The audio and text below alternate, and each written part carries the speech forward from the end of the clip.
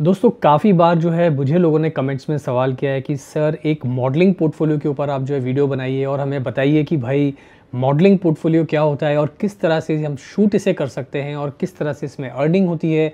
तो आज का जो वीडियो है दोस्तों ये इसी के बारे में है। तो आज मैं पूरा डिटेल में आपको बताऊंगा मॉडलिंग पोर्टफोलियो शूट के बारे में और उसकी पूरी तैयारी के बारे में। सो सभी फोटोग्राफर जो है इस वीडियो को आप एंड तक ज़रूर देखिए। So welcome back to my channel friends, this is Manish Saxena. शुरू करते हैं।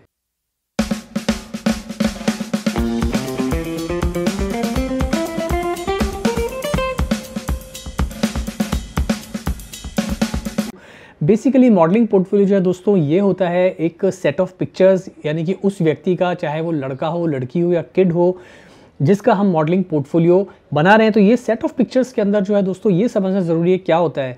तो जो मॉडलिंग पोर्टफोलियो होता है बेसिकली वो एक पिक्चर्स का एक संग्रह होता है, यानी कि कलेक्शन ऑफ इमेजेस, जहाँ पे जो है सेट ऑफ पिक्चर्स के अंदर हम क्रिएट करते हैं किसी भी मॉडल के लिए उसके close up shot, head shot, portrait shot, 3/4 images, full length images और साथ में जो है क्रिएटिव इमेजेस, जहाँ पर हमें थोड़ी क्रिएटिविटी भी दिखानी होती है। अब यहाँ पर पर्पस क्या होता है दोस्तों मॉडलिंग पोर्टफोलियो का, कि जैसा कि आप जानते हैं कि जो मॉडलिंग इंडस्ट्री है वो है बहुत ही बड़ी और आजकल जो है बच्चों से लेके जो बड़े उम्र तक के लोग हैं वो करते हैं काफ़ी सारी मॉडलिंग। जो आप टेलीविज़न पे एड्स देखते हैं वहाँ पर आपको हर उम्र के लोग जो है मॉडलिंग करते हुए दिखाई दे जाएंगे, या आप प्रिंट एड्स जो देखते हैं, या आप कैटलॉग शूट या साड़ी के एड्स, या आप क्लोथिंग के कैंपेन्स देखते हैं, या फिर आप कोई भी जो है प्रोडक्ट्स के कैंपेन देखते हैं। तो वहाँ सब पर जो है ज़रूरत पड़ती है मॉडल्स की। बगैर मॉडल्स के प्रोडक्ट को सेल करना जो है वो बहुत ही डिफ़िकल्ट हो जाता है। इसलिए सभी एजेंसीज़ जो कि इस तरह के कैंपेन्स बनाती हैं उनको ज़रूरत पड़ती है मॉडल्स की। तो जो मॉडल्स हैं वो ऐसे ही नहीं बन जाते कि भाई कहीं से भी उठ के आया और किसी को भी मॉडल बना दिया। उसका भी एक बाकायदा पूरा प्रोसेस होता है। तो जो भी लड़के लड़कियाँ मॉडल बनना चाहते हैं तो सबसे पहले उनको ज़रूरत पड़ती है एक मॉडलिंग पोर्टफोलियो की, यानी कि एक ऐसे फ़ोटोशूट की जिसमें ये सारे पिक्चर्स जो मैंने बताया सेट ऑफ पिक्चर्स, यानी कि उसमें उनके अच्छे क्लोजअप्स हों, अच्छे फुल लेंथ पिक्चर्स हों, अच्छे जो है 3/4 इमेजेस हों, और जहाँ पर वो थोड़े एज अ मॉडल या लार्जर देन लाइफ दिखाई दे रहे हो इमेजेस के अंदर, ताकि उनको काम मिलने में जो है थोड़ी आसानी हो। क्योंकि ये जो पोर्टफोलियो पिक्चर्स होती हैं इसी को लेकर वो जो है एजेंसीज़ में जाते हैं और कांटेक्ट करते हैं कास्टिंग के अंदर, या जहाँ जो लोग भी ऐड बना रहे हैं वहाँ पर कि भाई ये मेरा एक प्रोफाइल है, ये मेरा मॉडलिंग पोर्टफोलियो है, तो अगर मैं आपके जॉब में कहीं भी फिट होता हूँ तो आप मेरा जो है या तो लुक टेस्ट कर लीजिए, या मेरा ऑडिशन कर लीजिए, या स्क्रीन टेस्ट कर लीजिए, जो भी करना है, जो भी जिस तरह से भी कास्टिंग होती है, जो भी प्रोसेस होता है, तो वहाँ पर जो है मॉडलिंग पोर्टफोलियो बहुत ही काम का होता है दोस्तों। तो ये तो बात होगी मॉडलिंग पोर्टफोलियो की। उम्मीद है आपको ये डाउट क्लियर हो गया होगा। सो अगर सिंपल भाषा में समझे तो दोस्तों सिर्फ सेट ऑफ पिक्चर्स है, खूबसूरत पिक्चर्स जिसको हम बोलते हैं। अब यहाँ पर जो ज़रूरत क्या है इसकी तैयारी करने की एज अ फोटोग्राफर, वो आपको समझना ज़रूरी है। बहुत सारे जो बिगनर फोटोग्राफर्स हैं जो फैशन फोटोग्राफी में जाना चाहते हैं या मॉडलिंग पोर्टफोलियोज क्लिक करना चाहते हैं मॉडल्स के, तो यहाँ पर आपको ये पता होना चाहिए कि भाई मॉडलिंग पोर्टफोलियो को बनाया कैसे जाता है। तो दोस्तों जैसा कि मैंने आपको बताया कि जब भी हम किसी भी मॉडल का एक पोर्टफोलियो शूट करते हैं, यानी कि चाहे वो मेल हो, फीमेल हो, या कोई भी बच्चा हो, आजकल सभी को मॉडलिंग करनी है, तो वहाँ पर एज अ फोटोग्राफर हमारी ड्यूटी होती है कि उनके जो बेस्ट फीचर्स हैं वो हम पिक्चर्स के अंदर ज़्यादा से ज़्यादा दिखाएं। मान लीजिए किसी का फेस बहुत खूबसूरत है तो फोटोग्राफर की ड्यूटी है कि उसके फेस को ज़्यादा से ज़्यादा हाईलाइट करे अपने फोटोशूट के अंदर, ताकि उस मॉडल को जो भी उसकी बेस्ट क्वालिटी है, उसका फेस या उसकी स्माइल, वो जो है लोगों की निगाहों में आए, एजेंसीज देखे कि हाँ भाई ये फेस अच्छा है, सेलेबल है, और आसानी से इस तरह के कैंपेन में जो है ये मॉडल निकल जाएगा। फिर वो चाहे टूथपेस्ट का कैंपेन हो, या किसी ब्यूटी प्रोडक्ट का हो, या कोई आई रिलेटेड प्रोडक्ट का हो, या कोई स्किन रिलेटेड प्रोडक्ट का हो, तो फेस भी बहुत मैटर करता है। अगर फेस अच्छा है तो एक थोड़ा सा काम आसान हो जाता है फोटोग्राफर का। लेकिन ऐसा नहीं है कि सिर्फ जो खूबसूरत लोग हैं वही मॉडल बनते हैं। अलग अलग तरह की मॉडलिंग होती है। जहाँ पे क्लोथिंग की बात आती है तो वहाँ पर जो है ये देखा जाता है कि मॉडल की हाइट अच्छी हो, थोड़ी फिजिक अच्छी हो, और उस कोई भी हम कपड़ा अगर डाल के मॉडलिंग कराएं उसे तो वहाँ पर जो है उसके ऊपर वो चीज़ें अच्छी लगनी चाहिए। तो यहाँ पर जब हम मॉडलिंग पोर्टफोलियो क्रिएट करते हैं तो वहाँ पर दोस्तों हम कोशिश करते हैं उनके कुछ अच्छे फुल लेंथ पिक्चर्स लेने की, जहाँ पर वो अच्छे अच्छे कपड़ों के साथ में, जहाँ पर वो मॉडल जो है बिल्कुल एक प्रोफेशनल मॉडल की तरह नज़र आए। इसी तरह से जो अलग अलग कॉन्सेप्ट्स होते हैं। तो बेसिकली फंडामेंटल मैं आपको बता देता हूँ कि भाई तैयारी कैसे की जाती है। तो जब भी कोई लड़का या लड़की या कोई बच्चा हमें अप्रोच करता है अपने पोर्टफोलियो शूट के लिए, तो सबसे पहले हम नोट ये करते हैं कि भाई उसका बेस्ट फीचर क्या है, क्या फेस बहुत अच्छा है, या उसकी जो है बॉडी ज़्यादा अच्छी है, या दोनों चीज़ अच्छी है, या जो है उसकी बॉडी लैंग्वेज काफ़ी अच्छी है। कई बार ये होता है कि मॉडल की बॉडी भी अच्छी है, मॉडल का फेस भी अच्छा है, मॉडल का स्किन भी अच्छा है, मॉडल के जो लुक्स हैं, आईज़ हैं, हेयर है, सब कुछ परफेक्ट है, लेकिन मॉडल की जो बॉडी लैंग्वेज है वो बहुत पुअर होती है, क्योंकि उनको एक्सपीरियंस नहीं होता कैमरे के सामने काम करने का, और वो मॉडल बनना चाहते हैं तो उनको ये पता नहीं होता। उनको लगता है कि भाई हम दिखने में तो अच्छे हैं, लेकिन जब कैमरा एक्चुअली फेस करना पड़ता है तो वहाँ पर जो है वो थोड़ा नर्वस हो जाते हैं या ठीक से परफॉर्म नहीं कर पाते। तो ये एज अ फोटोग्राफर हमारा जो ड्यूटी होती है कि इस बारे में उन्हें हम बताएं, और जब हम उनसे पोजिंग करवाएं तो वहाँ पर इन चीज़ों का ध्यान रखें कि भाई पोजिंग करते वक्त जो है वो बिल्कुल भी उनमें कोई झिझक या किसी भी तरह का जो है नर्वसनेस नहीं आनी चाहिए पिक्चर के अंदर, क्योंकि अलग अलग कॉन्सेप्ट्स के ऊपर जो है पिक्चर्स शूट होती हैं। तो हमें एज अ फोटोग्राफर जब भी कोई लड़का लड़की अप्रोच करता है मॉडलिंग पोर्टफोलियो तो वहाँ हम देखते हैं कि भाई इनका प्लस पॉइंट क्या है, और उसी के हिसाब से सारी तैयारी होती है। अब तैयारी के अंदर जो है 3-4 चीज़ें बहुत ही इंपॉर्टेंट है। जब भी आप कोई पोर्टफोलियो बनाएं, मैं अपनी बात बता रहा हूँ, जब भी हम कोई अपना पोर्टफोलियो किसी मॉडल का मैं बनाता हूँ या शूट करता हूँ तो वहाँ पर जो है मैं कम से कम 3 लोग जो है वो हमेशा हायर करता हूँ।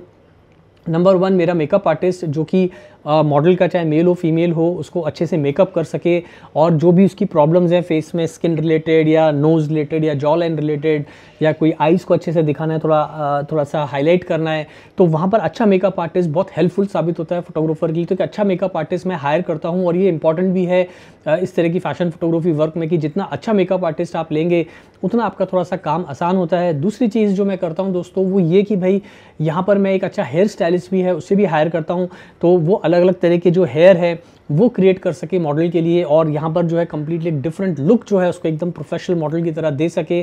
तो मेकअप, हेयर स्टाइलिस्ट हो गए। तीसरी चीज़ होगी कॉस्ट्यूम स्टाइलिंग।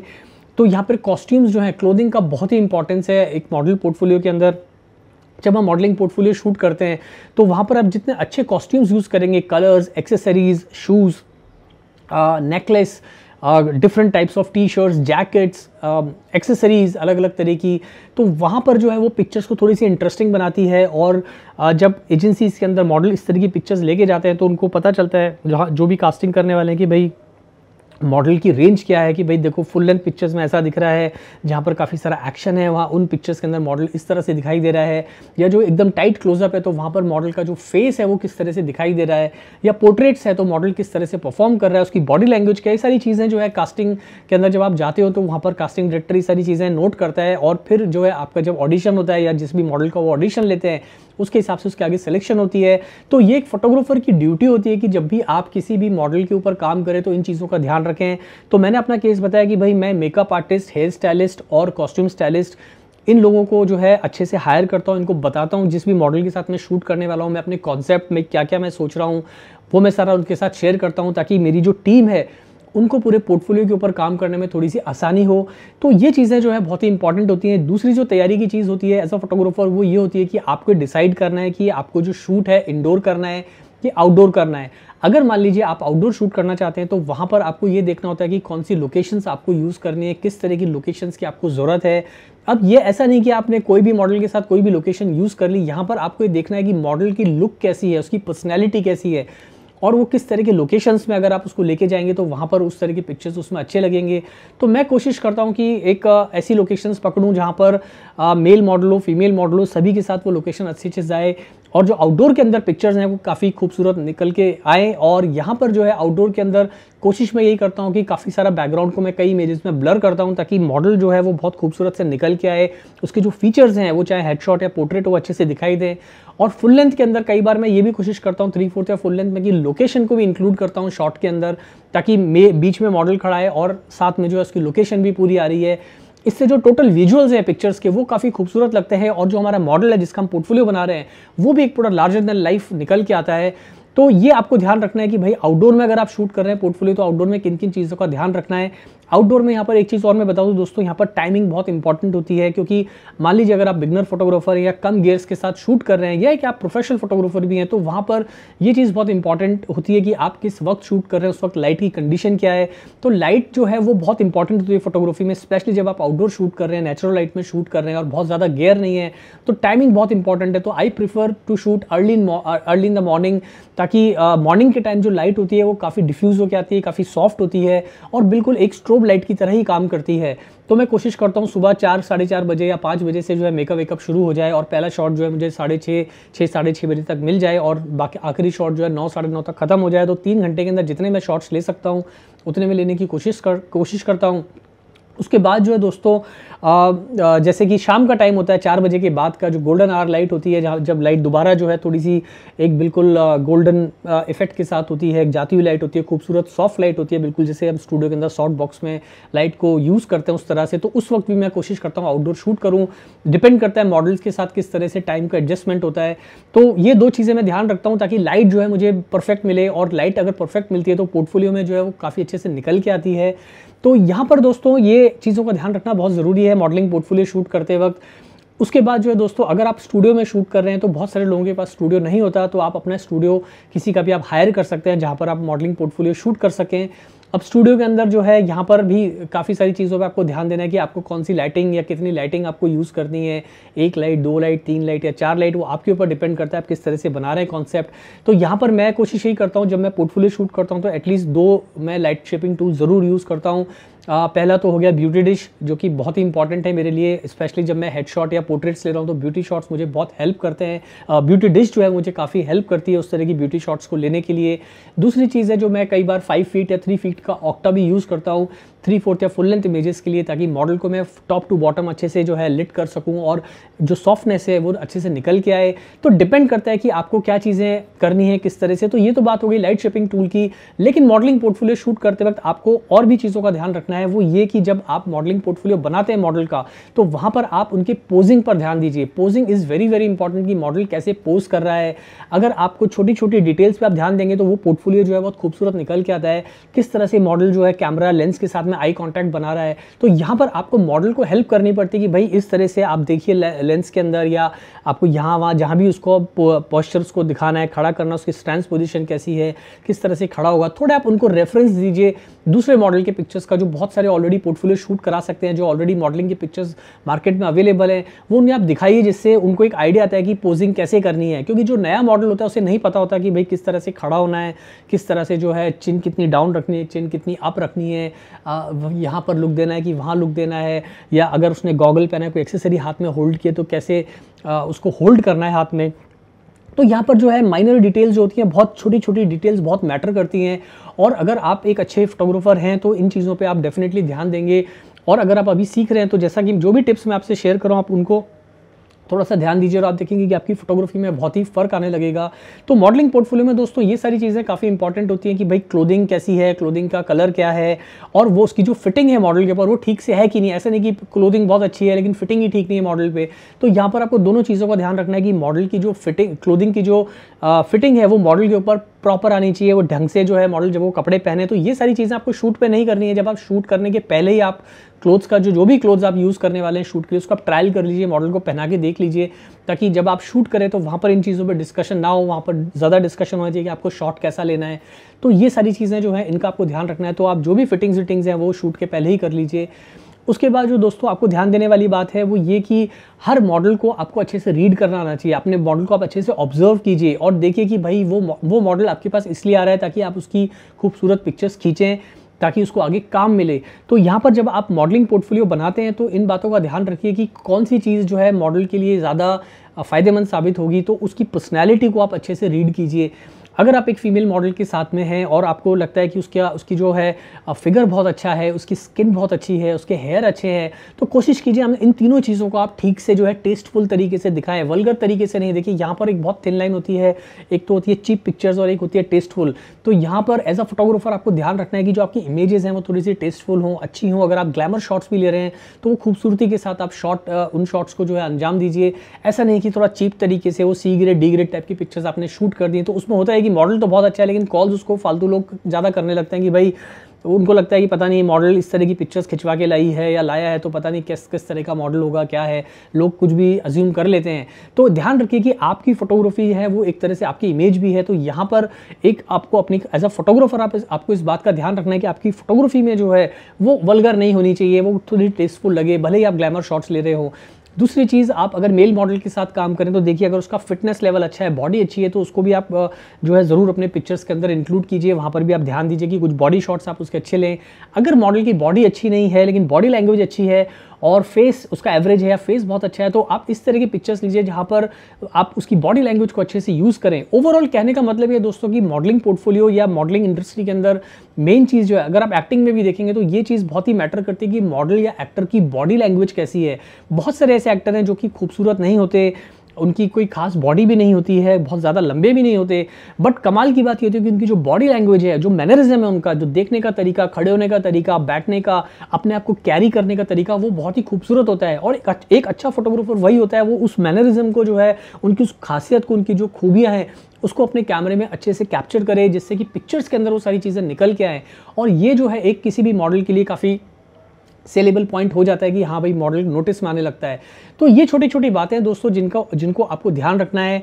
अगर इसमें से कुछ बातें छूट गई हैं दोस्तों तो आप नीचे कमेंट करके मुझे बताइएगा, क्योंकि मैं वीडियो बिना स्क्रिप्ट के बनाता हूँ दोस्तों। मैं ऐसा याद करके कुछ पॉइंट्स बना के नहीं लाया हूँ, जो मुझे दिल में आ रहा है, जिस तरह से मैं काम करता हूँ, बस वही चीज़ें मैं आपके साथ जो है शेयर कर रहा हूँ। तो अगर इसमें से कुछ मैं भूल गया हूँ तो आप नीचे कमेंट करके मुझे ज़रूर बताइएगा। मैंने तो काफ़ी सारे पॉइंट शेयर कर दिए हैं। तो आज के लिए मेरे ख्याल से इतना ही रहेगा दोस्तों।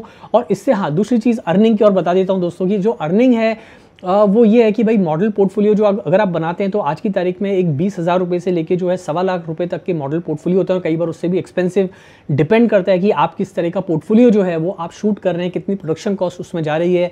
क्योंकि जब आप मॉडल पोर्टफोलियो क्रिएट करते हैं तो वहाँ पर आपको मेकअप वाले को भी पैसे देने होते हैं, हेयर स्टाइलिस्ट को भी जो है पेमेंट करनी होती है, कॉस्ट्यूम स्टाइलिंग वाले को भी पेमेंट करनी होती है, स्टूडियो हायर कर रहे हैं तो आपको स्टूडियो वाले को भी पेमेंट करना होता है। और अगर आप आउटडोर जा रहे हो तो वहाँ पर आपका ट्रांसपोर्टेशन का, आपका जो है फूड का एक्सपेंस होते हैं। ये सारे एक्सपेंस आपको जो है कैलकुलेट करने पड़ते हैं, तब जाके आप एक पूरा बजट दीजिए। लेकिन ये सब कुछ आप ऐड करेंगे तो आपको लगेगा ये तो बहुत सारा पैसा हो गया। तो ऐसा नहीं है दोस्तों। जो लोग मॉडल बनना चाहते हैं, मॉडलिंग करना चाहते हैं, वो लोग उतना खर्चा करते भी हैं अपना अच्छा पोर्टफोलियो बनाने के लिए। लेकिन वो ऐसे फोटोग्राफर्स को ढूंढते हैं जो इतने काबिल हों कि अगर वो सारा पैसा खर्चा कर भी रहे हैं तो वो फोटोग्राफर उनकी पिक्चर्स के साथ जस्टिस कर सके, उनको अच्छे तरीके से दिखा सके अपनी इमेजेस में। तो यहाँ पर ज़रूरत है आपको अपना अच्छा पोर्टफोलियो बिल्ड करने की। और मैं हमेशा ही बोलता हूँ कि भैया आप अपना पोर्टफोलियो हमेशा अच्छा बिल्ड कीजिए, ताकि आपका जो इंप्रेशन है आपके क्लाइंट्स के सामने वो अच्छा हो और आपकी जो रेंज है एज अ फोटोग्राफर वो उनको समझ में आए कि हाँ भाई ये फोटोग्राफर काफ़ी काबिल है, हर तरह की पिक्चर्स निकालता है। अब इसमें एक चीज़ और मैं बताना चाहूँगा, जब पिक्चर्स सारी शूट हो जाती है मॉडल की तो मैं शूट करता हूँ रॉ पे, तो आप लोग भी रॉ पे ही शूट करिए। उसमें आसानी होती है कि बाद में भी अगर आप शूट के बाद भी अगर आपको कुछ कलर करेक्शंस करने हैं, चाहे वो वाइट बैलेंस हो, हाईलाइट्स है, शेडोज़ है, डायनामिक रेंज है, उसको आपको रिकवर करने में थोड़ी आसानी होती है। रॉ पे शूट किया है आपने, और जितनी भी आपको कलर ग्रेडिंग करनी है इमेज की, थोड़ा स्किन टेक्सचर, आपको स्किन टोन कैसा दिखाना है, या अगर आपको थोड़ा बैकग्राउंड पे, लोकेशन पे काम करना है, थोड़े कलर्स पे काम करना है, तो वो सारा काम आप कर पाते हैं अगर आपने रॉ पे शूट किया है। तो जब भी मॉडलिंग पोर्टफोलियो शूट करें तो रॉ पे ही शूट कीजिए, उसमें आपको बेनिफिट्स काफ़ी मिलते हैं। और जैसा कि मैं हमेशा बताता हूं कि इमेजेस जो है प्रोसेस खुद कीजिए, लेकिन एडिटिंग आप किसी दूसरे को दीजिए, ताकि जो टाइम आप एडिटिंग में डालेंगे उतने टाइम में आप अपनी मार्केटिंग कीजिए, और ताकि दूसरे पोर्टफोलियो का इंतजाम हो सके और आपकी अर्निंग जो है वो और ज़्यादा बढ़ सके। तो आज के लिए दोस्तों इतना ही। उम्मीद है आपको ये वीडियो पसंद आया होगा। वीडियो अच्छा लगा दोस्तों तो जल्दी कर दो इसे लाइक, और चैनल सब्सक्राइब नहीं किया दोस्तों चैनल तो सब्सक्राइब कर लीजिए यार, इतना मेहनत कर रहे हैं आप लोगों के लिए, चैनल जरूर सब्सक्राइब कीजिएगा। तो चैनल जब आप सब्सक्राइब करते हो तो दिल को लगता है बहुत ही अच्छा। तो दोस्तों जल्दी मिलते हैं फिर नए वीडियो के साथ। Thanks for watching.